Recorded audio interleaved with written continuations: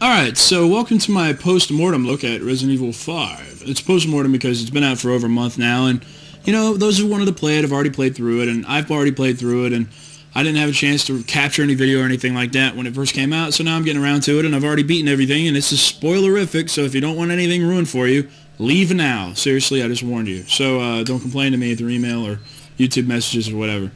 Alright, so, basically, you got 3 difficulties to start from. Then it unlocks a professional mode. Afterward, I haven't unlocked that yet because I don't really play this that religiously. But as you can see, it's got online co-op, similar to Gears of War. A lot of stuff in this game is similar to Gears of War. They went a different route with this game. It's totally action-oriented. It's not horror anymore. It's not anything that's scary in it at all. And the story takes a backseat to the presentation, which is kind of a shame because. Not that Resident Evil had been story-rich before, and Resident Evil 4 really didn't have much of a story going for it. You really didn't know what the hell was going on. But, it was just sort of, had the cool, humor and the banter between Ada and Leon and all that kind of stuff. This one just doesn't really have a whole lot of that. It's just got a more serious tone, and it's just kind of, I don't know, it's kind of standard fare. It's like an action movie or something. It's not really that great a story. And, I thought the campaign was pretty average, to be honest. I didn't think the campaign lived up to 4's, but the replayability is there in this one, and that's what really saves it for me. It's just, online co-op is addictive. It's got, a lot of potential, and it's tapped into for the most part. You can play online with somebody, and for the most part, I've not had any problems with anyone, sucking or, not going through a door when I wanted to or whatever. Everybody's pretty nice, not calling me names or anything like that, so. As you can see, this is one of the features that you unlock after you beat the initial campaign. It's infinite ammo. Every gun is upgradable, like in 4, of course. But when you max out the gun, you have a screen down here that says bonus features. And bonus features actually lets you go into it. Let me show you here. And you can get these points after you see exchange points.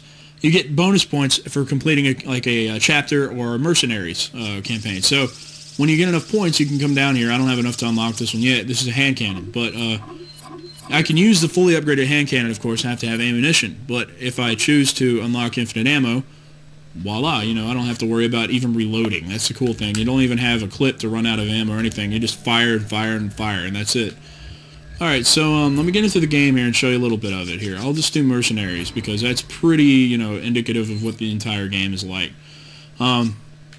I can do online co-op if I want to, and I really do recommend you play a game with a co-op partner because the levels in Mercenaries especially are designed for 2 players. Being so big, when you play on them, as a single player, you really have a tough time finding enemies at times, and there's a lot of downtime. There's a lot of dead areas and stuff. And that can really be a shame because your combo will just die out and you'll have trouble actually finding another enemy sometimes. So if you're playing single player, you might want to run around for a minute or so and collect more time extensions or whatnot. And when you have time extensions, you build up your time and then you have more time to get a bigger combo, and that's the big deal, is keeping the combo alive because, you get a multiplier after your combo's done. Also, you get the little combo timer, the hourglasses that you get in the little treasure chests. I'll probably show you one of those if I get somebody to join here. You get the little hourglasses and it gives you a combo timer and you get a much bigger score. Alright, here we go. Somebody who's going to play as Tribal Sheva, who's way overpowered, by the way. Oh, he's not playing as Tribal Sheva. Alright, let me play as, I'm going to pick, let's see, I'll just pick frickin' Stars Wesker. Now, he has this gun called the Hydra, and I freaking love the Hydra. It's a 3-barrel shotgun. It's pretty crazy, but it's not super powerful, but it's got a huge spread and it just blows the crap out of everybody. So anyway, one of the recommendations is whenever you start, especially in single player, mostly in single player because you have to have both people do it, otherwise you're going to be picking up handgun ammo, is when you first start, drop your handgun, drop your weakest weapon. And if you drop your weakest weapon, then all the ammo that you pick up is going to be for your strongest gun. And that's pretty cool because you won't have to run out of, a one-shot kill weapon or whatever. Alright, so you see I'm playing online co-op here. This is what the whole game is pretty much like. It's over the shoulder, just like Resident Evil 4. If you didn't know, then now you do. And, knowing's half the battle. So, I'm getting my ass kicked here. My co-op partner probably hates my guts. But that's the Hydra right there. Yeah, so the whole point of this is to keep the combo alive and blah, blah, blah. Let me see here. most interesting part of the story to me was they're like loading tidbits of information during the loading screens that actually explain the history of the Resident Evil storyline, and those are actually some of the best parts of the story to me, because I didn't really find the story that engaging in this one. And you know, there's a lot of stuff, like I said, ripped straight from pretty much Gears of War, and it's a lot of people call it Gears of Evil because it's really not Resident Evil anymore. I mean, it's not the Resident Evil that everyone knew and loved when it was the fixed camera position horror survival game, and it's just it's a completely different animal, but you know, it still works on its own merit, and it's got a weird control scheme. You know, they call it tank controls or whatever.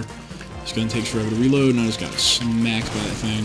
Cool. Anyway, yeah. So, you know, it's definitely a game that takes some getting used to if you're not, you know, well versed in Resident Evil.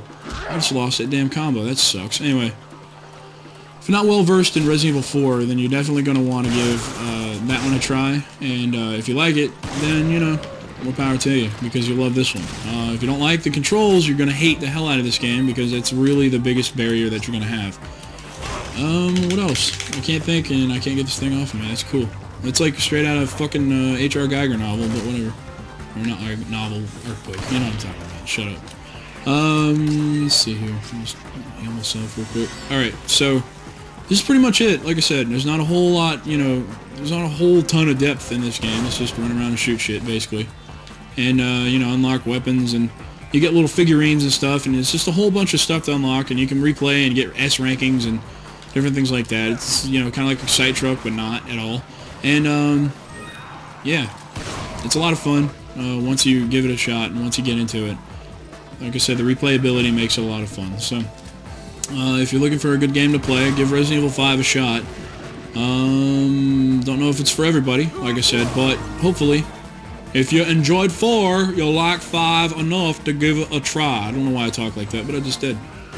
So, let me go ahead and, I guess I'll go ahead and sign off, because that's pretty much the gist of it. And, if you need more information, you know, search Google or something, because I'm not giving it to you. Get off of me! See y'all guys later, and you guys have a good one.